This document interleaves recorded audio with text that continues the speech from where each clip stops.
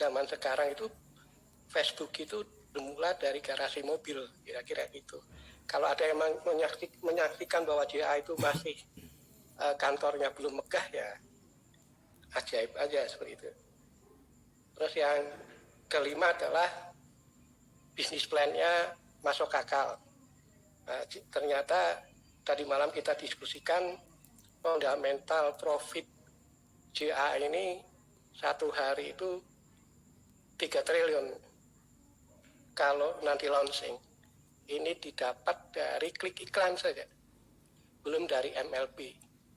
Dan apalagi bisnis plan-nya itu sudah diaudit masuk akal, karena akan mengembangkan lagi e-commerce, terus akan mengembangkan buying, akan mengembangkan traveling dan lain-lain ya, traveling seperti Traveloka. Sehingga nanti di JA ini akan terjadi semacam raksasa perusahaan, sehingga kita nggak keluar dari lingkaran perusahaan JA itu. Kita dapat uang non iklan, kita belanjakan, kita mau traveling, kita mau hura-hura, kita mau beli barang, kita mau bayar, kita mau jual beli saham, semuanya itu muter di JA. Dan ini berarti masuk akal sekali bisnis plan-nya.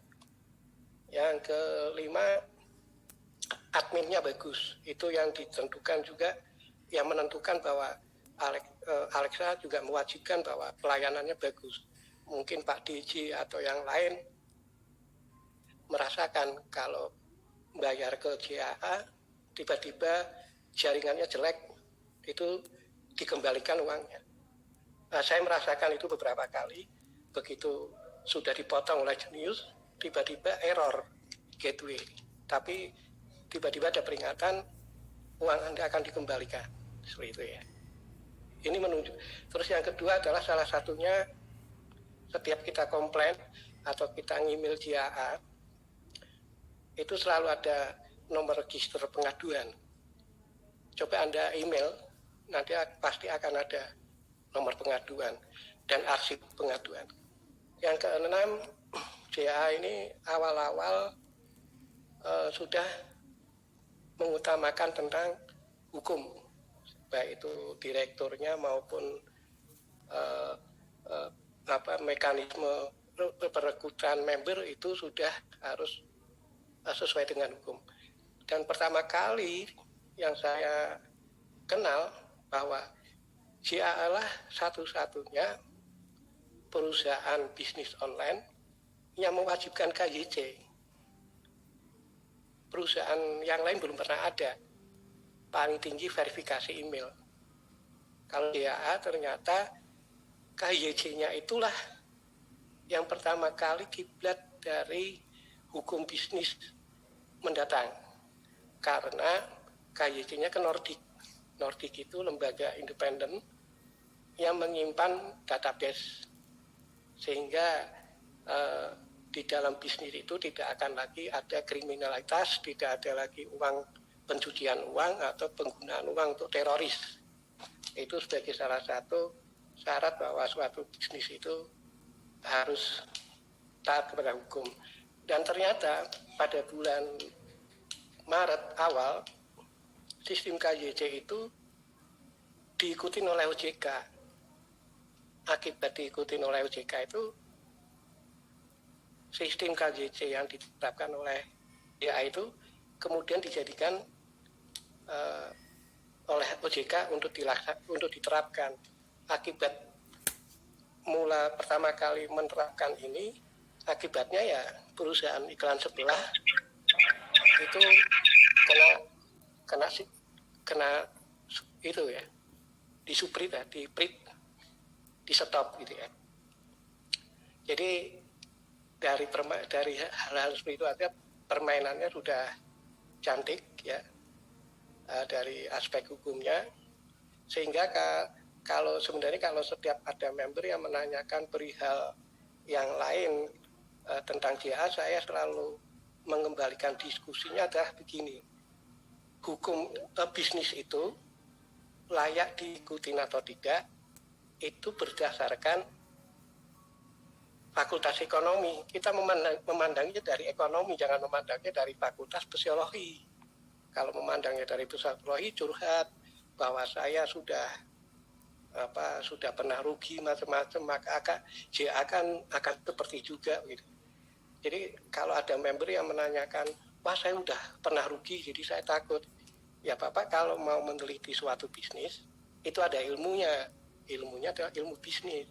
Yang pertama adalah hukumnya dulu yang bagus, bisnis plan-nya, domisilinya macam-macam, baru Bapak bicara ini prospek enggak kita ikutin. Salahnya yang kedua adalah masyarakat Indonesia melihat bukti. Nah kalau melihat bukti nanti enggak ada NASA, Pak. NASA itu menjual saham tapi satelitnya belum ke bulan kan. Lalu tidak ada lagi minyak. Pertamina menjual saham tapi minyaknya kan belum diketemukan. Tapi orang-orang tertarik sahamnya Pertamina, sahamnya NASA, karena prospeknya menarik. Nah, di JA ini modalnya kan 220 sebenarnya. Paket MLB itu kan nggak wajib. Yang wajib kan KYC. Yang ke-8 ternyata JA itu hanya fasilitas saja. Jadi JA itu sebenarnya seperti media mempertemukan penonton iklan dan sama perusahaan yang memerlukan penonton. Jadi kalau kita ibaratkan JA ini ya seperti Uber, sebenarnya seperti Grab, mempertemukan penumpang dengan supir. Nah, dia mendapat upah dari mempertemukan itu. Nah, sebenarnya JA seperti itu. HH itu ternyata itu perusahaan iklan yang sudah bergerak di Eropa, sehingga JA itu dipilih oleh EHH itu karena EHH itu memilih JA karena komunitasnya itu minimal 3 juta seperti itu. Itulah yang menurut saya ya saya sih menghimbau juga kepada masyarakat sebenarnya kalau mau bisnis itu jangan ngeluh, jangan memandangnya dari fakultas sosiologi tapi fakultas ekonomi gitu. Kira-kira itulah yang bisa saya tambahkan ke forum ini. Terima kasih. Assalamualaikum Pak Saiful Bahri. Ya Pak. Ya, alhamdulillah pencerahannya sangat berarti sekali buat kita-kita yang pemula Pak. Mudah-mudahan kedepannya kita tetap semangat dan tetap berharap JA bisa mendongkrak perekonomian kita ya Pak. Amin. Amin Pak. Amin. Tambah yakin 10%. Zaman sekarang itu Facebook itu bermula dari garasi mobil, kira-kira gitu. Kalau ada yang menyaksikan bahwa JA itu masih kantornya belum megah, ya ajaib aja seperti itu.